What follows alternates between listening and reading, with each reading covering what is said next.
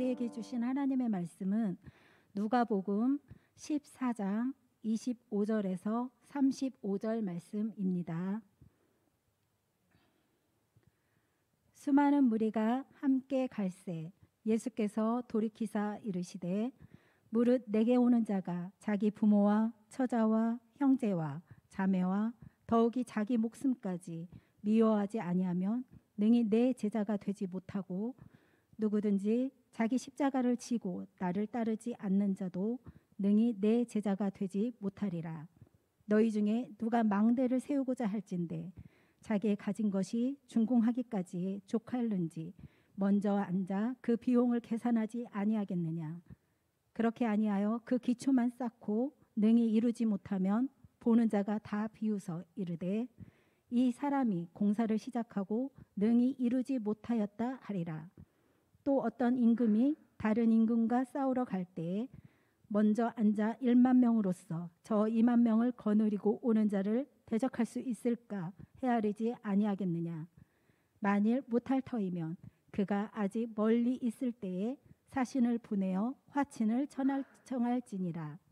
이와 같이 너희 중에 누구든지 자기의 모든 소유를 버리지 아니하면 능히 내 제자가 되지 못하리라.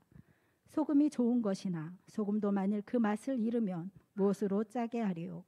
땅에도 거름에도 쓸데없어 내버리느니라. 들을 귀가 있는 자는 들을지어다 하시니라. 아멘.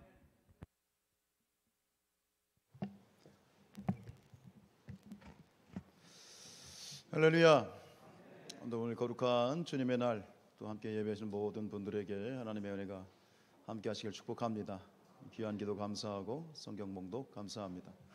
여러분, 우리는 그리스도인입니다.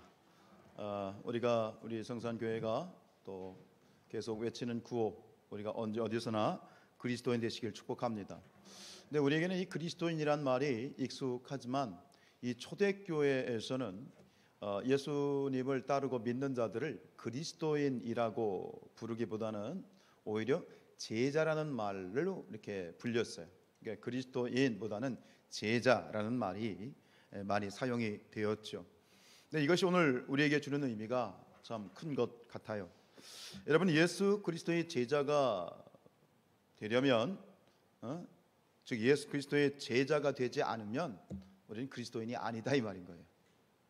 즉 그리스도인이란 말은 결국 제자다라는 말과 같은 의미이죠. 이 제자라는 말, 즉 예수님은 우리의 스승이 되시고 우리는 예수님의 제자가 되고 사제지간이 된다는 거잖아요.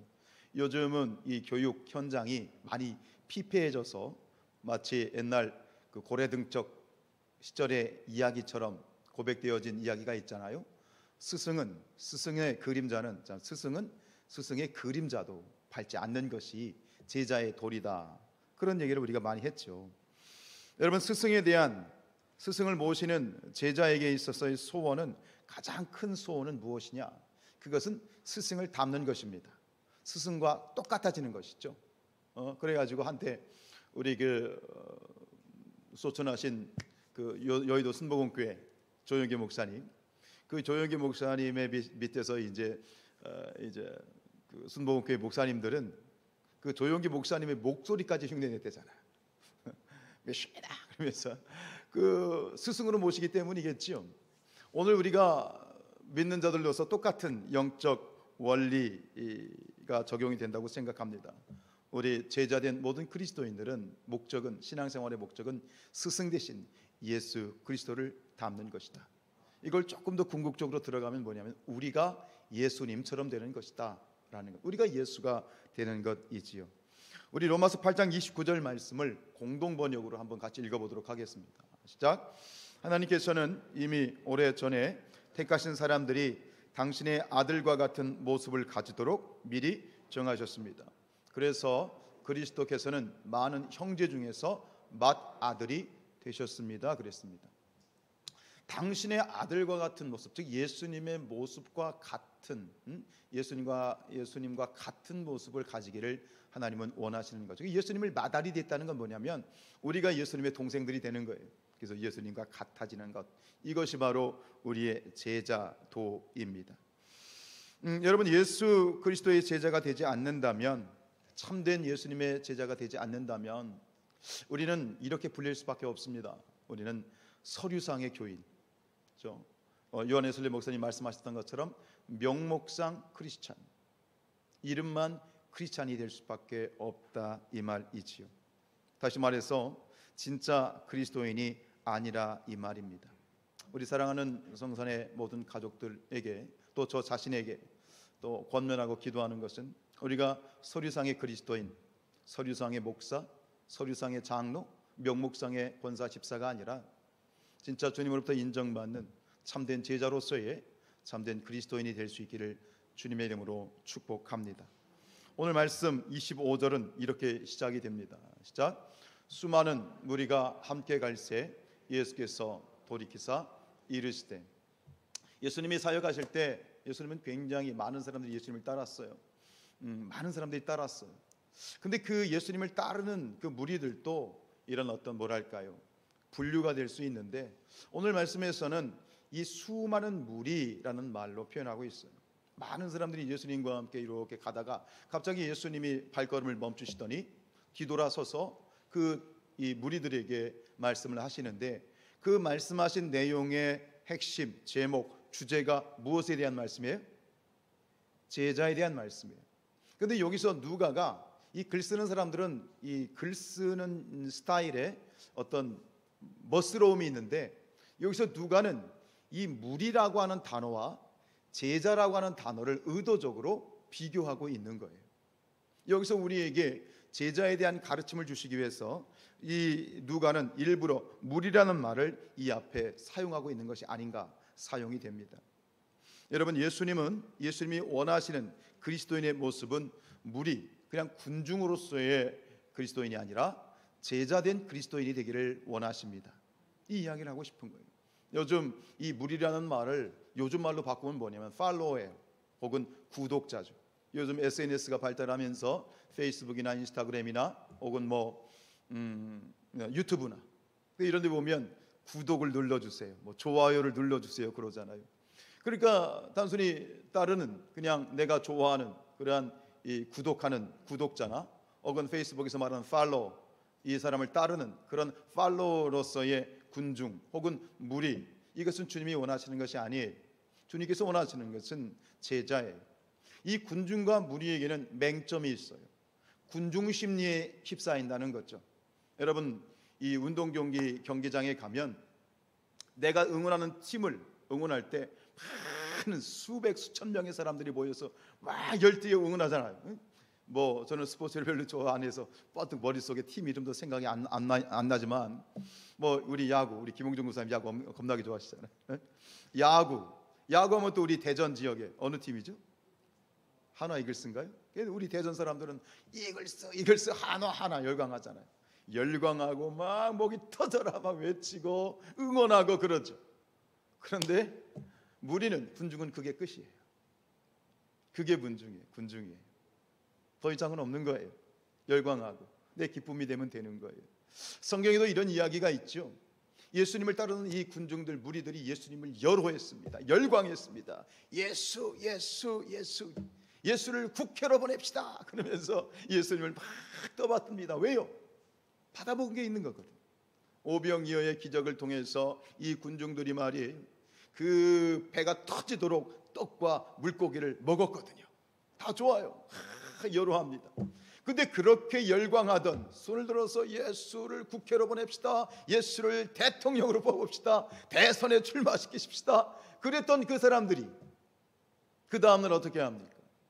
예수님을 향해서 짱돌을 들고 참된 제자가 되기를 축복합니다. 그렇다면 참된 제자는 누구인가? 교회에서 제자 훈련, 제자도 수많은 이야기를 하지만 오늘 새삼스럽게 이야기를 하는 것은 이것이 우리에게 너무나 중요하기 때문이겠지요. 오늘 군중들을 향하여 예수님께서 이 제자에 대한 말씀을 하시는데 참된 제자임을 알려주는 세 가지의 표시를 오늘 예수님께서는 26절과 27절 그리고 33절에서 우리에게 말씀하십니다. 제자란 누구인가? 한번 여러분들 깊이 새겨보시기 바랍니다. 첫째, 제자란 자기 부모, 자기 처자식, 형제 자매, 심지어 자기 목숨까지 미워하는 사람입니다. 미워할 수 있는 사람입니다. 두 번째, 제자는 자기 십자가를 지고 예수님을 따라가는 사람들입니다. 세 번째, 제자는 자기의 모든 소유를 다 포기할 수 있는 사람입니다. 이게 제자입니다. 여러분 어떠십니까? 여러분 주님의 제자입니까? 왠지 갑자기 무거워지시죠? 오늘 설교가 자칫 무거워질 수 있음을 미리 송구스럽게 생각합니다. 그러나 이 질문 앞에 우리가 겸허히 한번 대답을 다시 한번 해보시죠. 여러분, 오늘 여러분이 예수님의 제자 되기 위해 부모와 형제 자매, 자신의 목숨까지도 미워하시고 계십니까? 여러분에게 주신 십자가, 내가 져야 될 십자가를 지고 예수님을 따라가고 계십니까?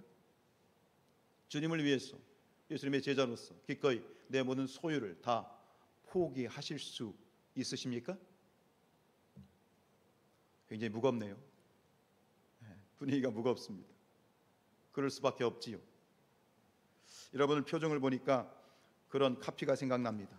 어느 그 유머 프로그램에서 나왔던 이야기 같은데, 고객님 많이 당황하셨어요? 그런 표정입니다. 여러분 속으로 그러시는 것 같아요. 목사님, 아니 어떻게 그럴 수 있습니까? 이게 사실입니까?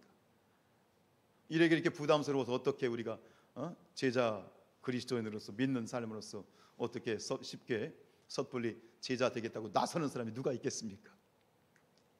그렇게 여러분 저에게 묻는 것 같습니다. 맞습니다. 오늘 이 말씀을 이제 들어가면서 미리 말씀드리는 것은, 오늘 이 말씀은 예수님의 과장법입니다. 오늘 이 말씀을 우리에게 강조하시기 위해서 주님께서는 굉장히 강하게 세게 센 어조로 우리에게 강조법을 사용하고 있습니다. 국어를 잘하려면 주제 파악을 잘해야 된다고 그랬어요. 오늘 이 말씀을 우리가 조금 더 이 액면 그대로의 말씀으로 보면 이게 굉장히 부담스럽지만 그 안에 숨겨져 있는 제자로서의 모습이 어떤 것인지를, 그 의미를 여러분들이 잘 희석해서 주제를 파악하실 수 있기를 축복합니다. 첫 번째, 그렇다면 오늘 이번 주와 다음 주하고 두 번에 걸쳐서 이 내용을 함께 나누길 원하는데, 첫 번째, 우리가 제자란 누구인가? 제자란 첫 번째 26절 말씀입니다. 시작.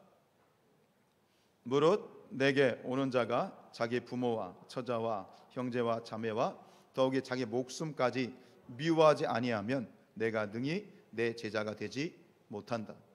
여기서 예수님이 사용하신 이 표현이 더 강한 건 뭐냐면, 너 이렇게 하면 내 제자야, 이렇게 긍정적으로 표현할 수도 있음에도 불구하고 오늘 예수님은 반대로 표현하고 있어요. 이렇게 하지 않으면 넌 내 제자가 되지 못해 라는 거죠.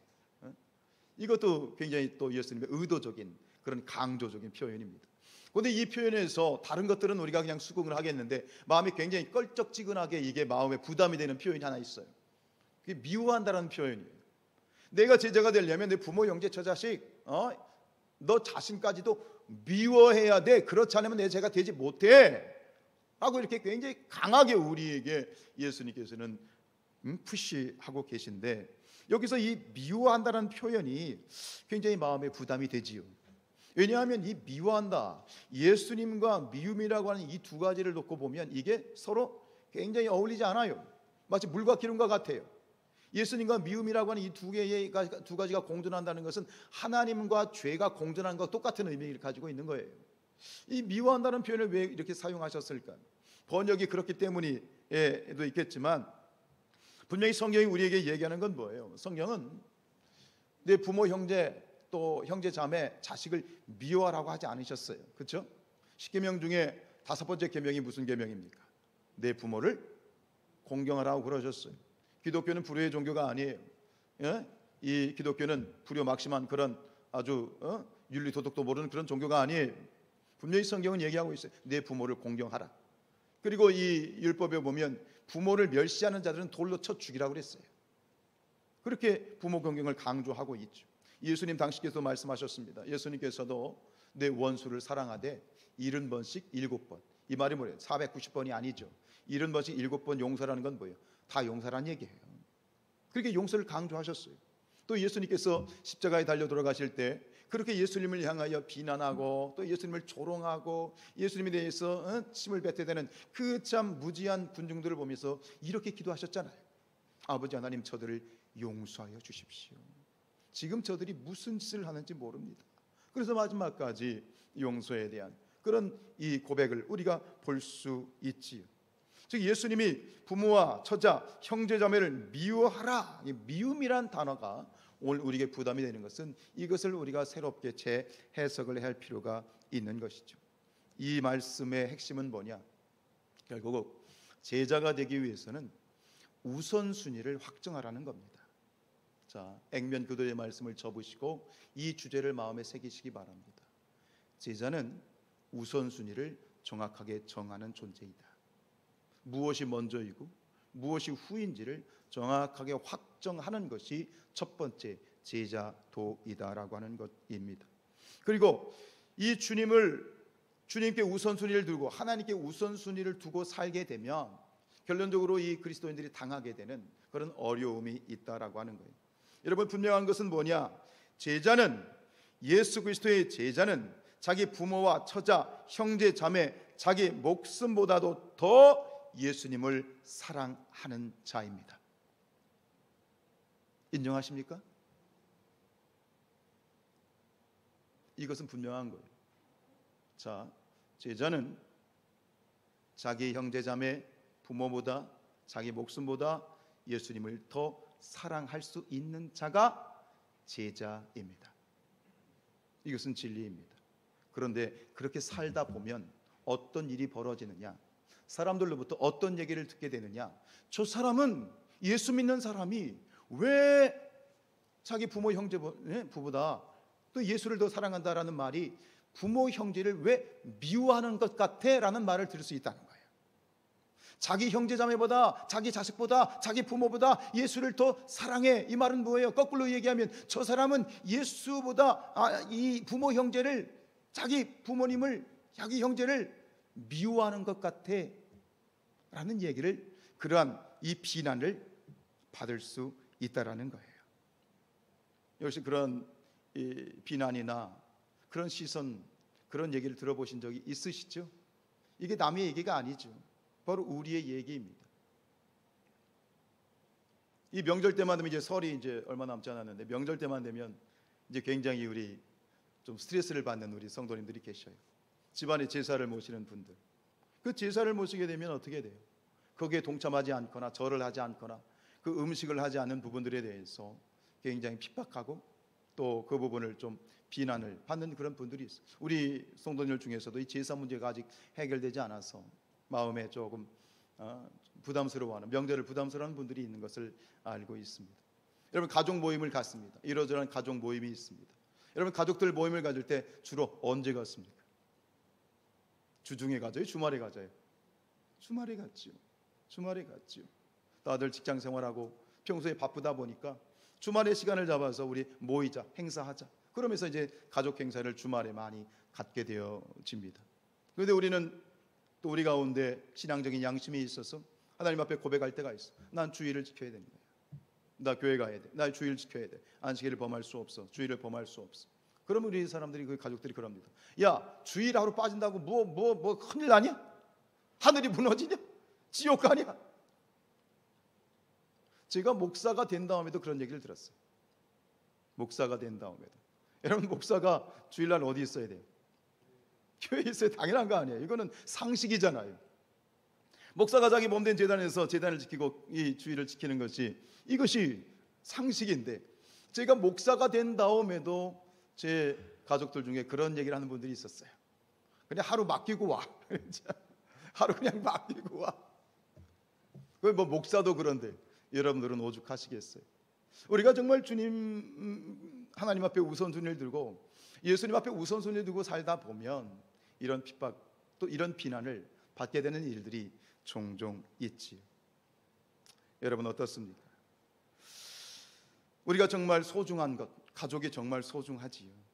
그런데 여기서 오늘 한 걸음 더 나아가서 한 번 더 생각할 건 뭐냐면, 여기서 예수님은 왜 우리가 제자로서의 우리의 삶의 우선순위를 말씀하시면서 왜 굳이 돈이나 명예나 권력이나 또 세상에 어떤 가치 있는 것들이 있는데 왜 굳이 이 가족을 예로 들고 계시는가?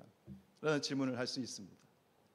왜 그래가지고 왜 괜히 좀 이게 좀 오해할 수 있잖아요. 미워하라고 그러니까, 가족을 미워하라고 그러니까 이거를 잘못 오해하면 이게 도대체 이 종교가 근본이 있는 종교인가? 그런 오해를 살 수 있는 부분이 분명히 있잖아요. 그런데 그럼에도 불구하고 오늘 예수님께서는 왜 이 우선순위에 대한 이야기를 하시면서 가족을 예로 들고 계시는가? 그것은 이 가족이라고 하는 것이 우리가 이 땅에서 누리는 최대의 복이기 때문에 그렇습니다. 즉 여러분, 부부라는 관계를 보십시오. 결혼이라고 하는 것이 하나님이 아담에게 주신 그런 선물의 정점이에요. 부부라고 하는 것이 하나님의 축복 중에 축복이고, 그 부부를 통해서 이루어진 가정은 우리가 이 땅에서 누리는 가장 최고의 축복입니다. 이것을 다시 말씀드리면 뭐냐? 애정이 있는 부모에게 우리 자녀들은 생명보다 소중한 것이 자녀들 아니겠어요? 그죠? 내 목숨보다 더 사랑스러운 것이, 내 목숨보다 더 아끼는 것이 우리의 자녀들이잖아요.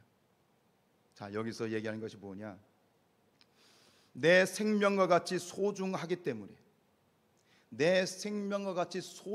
때문에, 그것들이 자칫 영적인 시험거리가 되고 장애물이 될 수 있다 이 말입니다. 우리의 영적인 우선순위를 정하는 데 있어서 그저 내 인생에 그저 그런 것이라면 기꺼이 2순위로 3순위로 물려놓을 수 있겠지만, 절대로 이 세상 가운데 절대로 그 우선순위에서 내려놓지 못하는 내 생명과 같은 것, 그것이 가족이고 그 내 생명과 같은 것이기 때문에 그것이 내 신앙의 영적인 시험거리가 되고 장애물이 될 수 있습니다.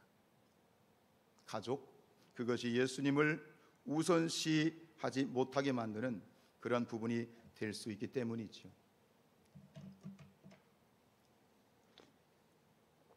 여러분, 우선순위란 뭐냐? 우선순위란 1등의 자리에 있는 것입니다. 그게 우선순위입니다. 예수 그리스도의 제자란 예수님을 모든 삶에서 항상 1등의 자리에 놓는 것이, 그것이 우선순위예요. 이 히터 좀 꺼주세요. 덥네요. 여러분, 우리 신앙 가운데 예수님을 우리 신앙의 제1순위에, 우선순위에 두지 못한다면 우리는 그리스도인이라 또 제자라 말하기가 어려워요.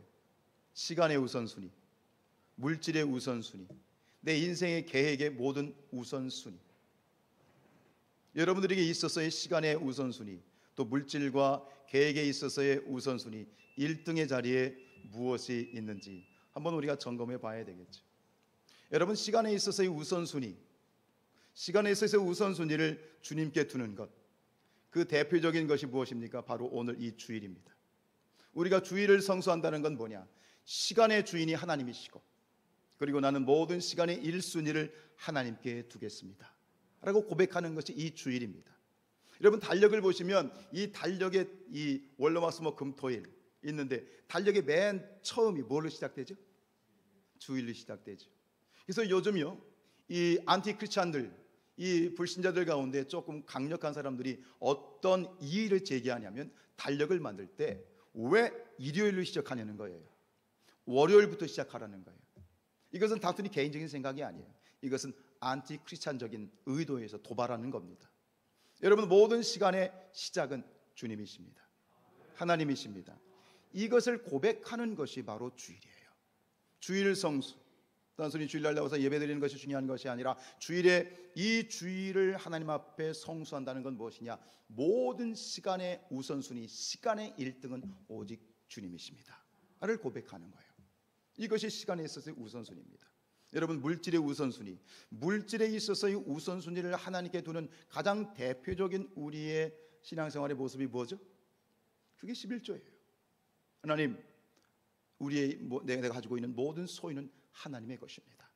물질의 주인은 하나님이십니다. 그래서 그 11조를 통해서 하나님 앞에 이 물질의 우선순위를 고백하는 거죠. 여러분, 이렇게 생각하셔야 됩니다. 11조는 내 것의 10분의 1을 드리는 것이 아닙니다. 11조는 하나님의 것 중에 내가 10분의 9를 내가 사용하는 것이죠. 그것을 감사하는 것이 11조입니다. 내 삶의 계획, 모든 삶에 있어서 우선순위라고 하는 것은 하나님을 1위의 자리에 둘 수 있는 것, 그것이 제자이고 그것이 참된 그리스도인입니다. 어느 그 익명의 시가 있는데요, 시의 제목은 내게 하나님은 3등입니다 라고 하는 시입니다. 제가 한번 읽어드리겠습니다. 1등은 하고 싶은 일, 2등은 해야 할 일, 3등은 하나님을 만나는 일. 하고 싶은 일 다 하고 해야 하는 일 다 마치고 그 후에 여유가 있으면 하나님을 만납니다. 내게 하나님은 3등입니다. 어려운 일이 생길 때도 하나님은 3등입니다. 내 힘으로 한번 해보고 그래도 안 되면 가까이 있는 사람에게 도와달라고 하고 그나마도 안 될 때 하나님을 부릅니다. 그래서 하나님은 내게 3등입니다. 그런데 말입니다. 하나님께 나는 1등입니다. 무슨 일이 있어도 내가 부르기만 하면 1등으로 도와주십니다. 내가 괴로워할 때는 만세를 제쳐두고 달려오십니다.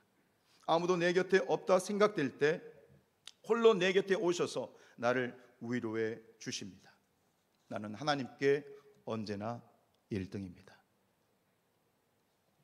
여러분, 우리 자신에게 우리 예수님이 또 하나님이 1등이 될 때, 하나님께 우선순위를 두어 살게 될 때 우리는 참된 제자가 되는 것이고 참된 그리스도인으로서 살아간다라고 자신에게 이야기할 수 있는 것이 되겠죠.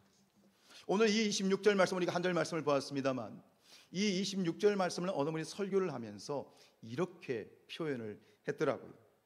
그것은 땅에 탯줄을 끊지 못하면 그리스도를 따를 수 없다. 오늘 예수님이 말씀하셨던 것처럼 오늘 이 누군지는 모르겠지만 이렇게 표현한 것이 굉장히 강합니다. 굉장히 부담이 되죠. 땅에 탯줄을 끊지 못하면 그리스도를 따를 수 없다. 눈에 넣어도 아프지 않을 만큼 끔찍한 자식을 예수님을 위해서 2순위로 물리치는 것은 사실 굉장히 어렵습니다. 불가능할 수 있습니다. 성령의 능력이 아니고는 이것이 사실 힘들다고 볼 수 있습니다. 수많은 그리스도인들이 무너지고 믿음에서 미끄러지는 가장 대표적인 이유가 무엇입니까? 목숨과 같은 가족들 때문입니다. 여러분, 고문을 당한다고 생각해 보십시다.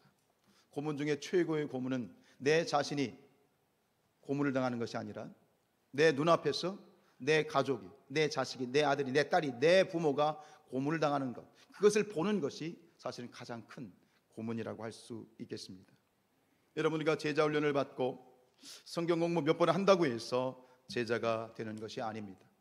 어느 목사님이 말씀하신 것처럼 땅의 탯줄을 끊지 못하면 그리스도를 따를 수가 없다. 땅의 탯줄을 끊지 못하면 우리가 제자가 될 수 없고 온전히 그리스도를 따른다고 말할 수 없다라고 하는 것이지요. 어느 가정의 예를 한번 말씀드리도록 하겠습니다. 어느 아주 신실한 믿음의 가정이 있습니다. 그 부모님도 믿음이 아주 좋으시고 자녀들도 믿음이 아주 좋았습니다. 근데 그 집에 아들이 하나 있는데 이 아들이 어릴 때부터 공부도 잘하고 모든 게 아주 잘 뛰어났어요. 그래서 중고등학교 다니면서도 뭐 학교에서 1등하고 뭐 뛰어나고, 그러다 보니까 이제 고등학교를 졸업하고 난 다음에 서울에 있는 그러한 인류대학, 의과대학에 진학을 해서 거기서 장학금 받으면서 아주 잘 생활을 해서 아주 우수한 성적으로 대학교를 졸업을 했습니다. 마치 이는 그 아들 아래 이 세상이 그 아들의 발밑에 있는 것처럼 아주 탄탄대로고 그 부모님은 그 아이에 대한, 그 아들에 대한 기대가 굉장히 컸습니다. 그런데 어느 날 이 아들이 그 부모님에게 와서 이런 말씀을 드립니다. 아버지, 어머니, 제가 기도하는데 하나님께서 저에게 선교사로 가라고 저를 부르셨습니다. 제가 선교사가 되어서 저 해외에 나가서 선교를 좀 해야 되겠습니다. 허락해 주십시오 라고 이야기를 합니다. 자, 지금 이 이야기의 주인공이 여러분들이라면 여러분은 어떻게 하시겠습니까? 여기 나와 있는 이 최고의 잘 나가는 이 아들이 여러분의 아들이고 여러분의 딸이라면 여러분들은 어떻게 반응하시겠습니까? 할렐루야. 하나님 영광 받으십시오. 우리 저 잘난 아들이 하나님께 쓰임받는 선교사가 되게 해주셔서 감사합니다. 할렐루야. 누가 아멘 하신 거예요? 아들이니까 그런 소리 하지. 그렇게 하시겠습니까? 아니면 아이고 누가 좀 저 하영이 좀 막아주세요. 누가 좀 말려주세요. 그러시겠습니까? 한번 솔직하게 한번 대답해 보시죠.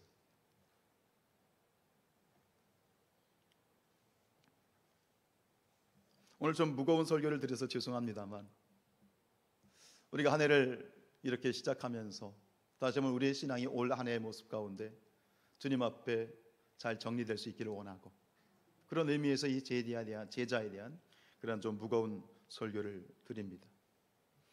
제가 이제 고등학교를 졸업하고 이제 저 때는 이제 선시험 후 지원이었으니까 졸업을 이제 하고 대학교 원서를 써야 되는데 이제 부모님께 말씀드렸습니다. 부모님 저 서울에 있는 감리교 신학대학교 가려고 합니다. 신학교에 가겠다고 말씀을 드렸죠. 많이 반대를 하셨습니다. 뭐 또 나름대로 기대가 있으셨던 것 같아요. 저 태안에 있는 깡촌에서 어찌어찌 좀 해가지고 대전으로 유학을 와서 그것도 없는 살림에 정말 찢어지게 가난한 그런 살림에 하숙까지 시키면서 나름대로 부모님께서는 저에게 기대가 있으셨던 것 같습니다. 근데 그런 아들이 뭐 일단 대학이라도 들어가서 직장 생활하고 또 제 밥벌이 잘 했으면 좋겠는데 난데없이 신학을 한도 하니 많이 당황하셨어요. 힘들어 하셨습니다. 그러나 결국 제 부모님은 특히 어머니는 결국 모든 걸 다 내놓으시고 삼형제 중에 둘째 아들을 하나님께 바치셨습니다. 왜 그러셨을까요? 결국 인정하실 수밖에 없었습니다. 저희 부모님에게 어떻게 어머니에게 1순위는 아들이 아니라 하나님이셨기 때문입니다. 1순위는 주님이셨기 때문입니다. 오늘날 많은 우리 그리스도인들이 그리스도인으로 살아가지만 명목상 그리스도인, 서류적인 그리스도인으로서 마치 진정한 그리스도인의 삶, 제자로서의 삶을 살기보다는 그저 짝퉁의 그리스도인의 삶을 사는 그런 아픈 모습, 그것은 뭐 성도들뿐만 아니라 목사들도 마찬가지라고 생각합니다. 왜 여전히 많은 이들이 하나님을 우선순위에 두지 못하는가? 왜 여전히 물질과 시간과 삶의 스케줄과 삶의 계획에 있어서의 그 우선순위를 하나님께 두지 못하는 것일까? 잠시 제 마음속에 떠오른 그러한 해답은 이것입니다. 무엇이 하나님을 위해 살고 하나님을 위해 우선순위에 두면 무엇이 자신이 손해본다는 느낌인 것 같아. 그렇습니까? 주님을 우선순위에 두면 내 시간도 내 시간대로 못 쓰고 물질도 마치 내 풍족하지도 않은데 그것도 하나님께 드려야 되는 부분이 있고 그래서 뭔가 내가 손해본다는 뭔가 빼앗긴다는 그런 느낌이 혹시 있으시다면 여러분 속지 마시기 바랍니다. 그것은 사단의 속삭임입니다. 그것은 하나님의 뜻이 아니고 그리스도의 삶이 아니고 하나님의 백성의 삶이 아니지요. 우리 마태복음 6장 33절 말씀 같이 읽습니다. 시작.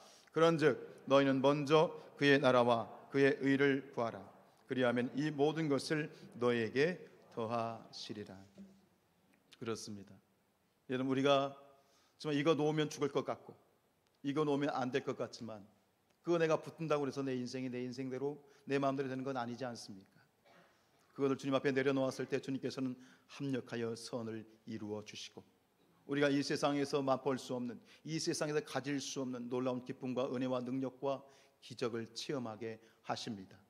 네, 그것을 못 놓는 것이죠. 그 선을 우리가 넘어가지 못하는 것이지요. 여러분 우리는 그리스도인입니다. 그리스도인이라 함은 주님의 제자라는 말입니다. 다시 한번 여러분에게 묻습니다. 주님의 제자가 되기를 원하십니까? 그렇게 되기를 원합니다. 그런 삶을 살기를 원합니다. 그렇다면 가장 먼저 첫 번째 그 무엇보다 그 어떤 것보다 내 생명같이 여기는 것보다 우리 예수님을 더 사랑하실 수 있기를 원합니다. 주님이 원하실 때 기꺼이 주님의 뜻에 따를 수 있는 그런 참된 제자로서의 저와 여러분들 될 수 있기를 주님의 이름으로 축원드립니다. 찬양하겠습니다.